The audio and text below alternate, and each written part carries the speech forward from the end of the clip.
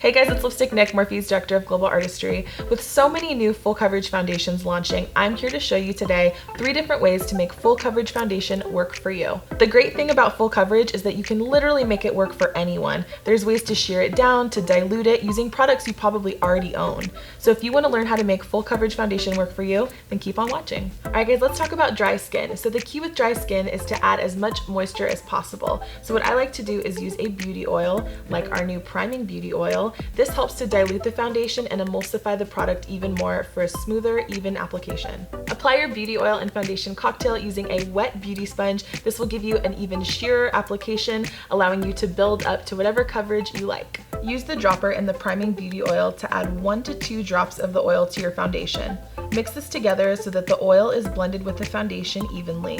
Then you're going to use a damp beauty sponge to pick up and apply your product. For oily skin, you can use a smoothing or mattifying primer before you apply your foundation.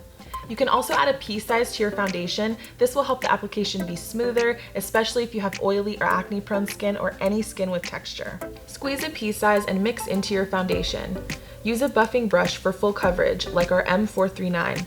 Another way to use the foundation is to take a damp beauty sponge, but before you go directly into your foundation, give it a nice spray with our setting mist, then go in and apply your foundation like you normally would. It's going to give you a beautiful, dewy, full coverage finish.